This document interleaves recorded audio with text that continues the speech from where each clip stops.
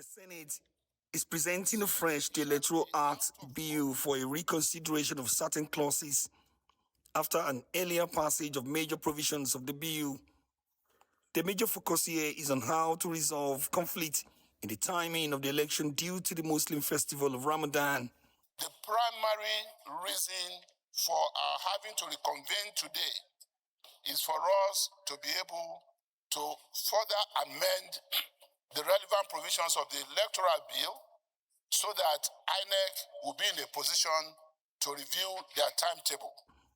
The Independent National Electoral Commission, Inec, had last week set February 20 for the presidential and National Assembly polls and March 6 for the governorship and state houses of assembly polls, a date that got some Nigerians kicking due to a potential clash with the Ramadan season.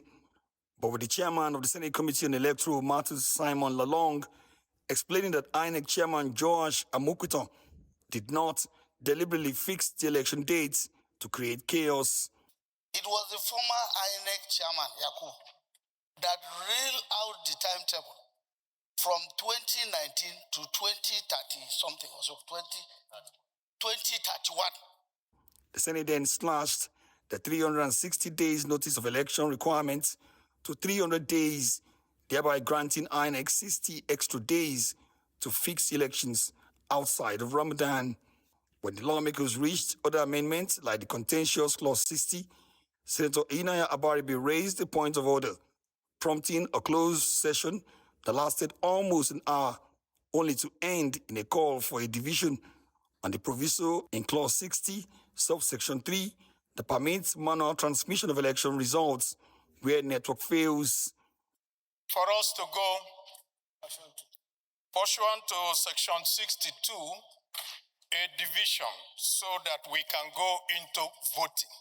At the end of voting, 55 senators voted to retain manual transmission where election fails, with 14 other senators failing along with Abaribe in their quest to allow for mandatory electronic transmission of election results in real time.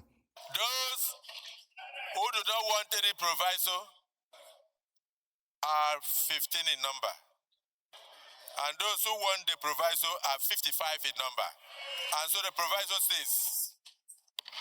With this development, the Senate has once again retained its earlier position that where network fails, manual transmission becomes the primary source of election results.